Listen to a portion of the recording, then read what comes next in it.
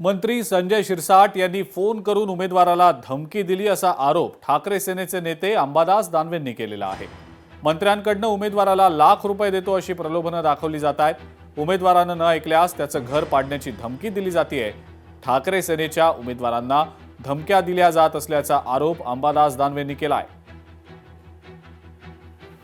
संभाजीनगरात विशेषतः सत्ताधारी पक्षाचे मंत्री शिवसैनिकांना जे उद्धवजी बाळासाहेब ठाकरे पक्षावरून उभे आहेत त्यांना दम देण्याचा प्रयत्न करतात, धमक्या देण्याचा प्रयत्न करतात आणि काही अधिकारी सुद्धा उमेदवारांना फोन करतात। मी एवढाच इशारा देतो की घोडा मैदान जवळ आहे, एकेकाचा हिशोब ठेवला जाईल। अधिकाऱ्यांना विशेषतः मी सांगतो, एखाद्याने फोन केला ना तर त्याची नाही मी गाढ होऊन मिरवणूक काढली तर माझं नाव अंबादास दानवे लक्षात ठेवा।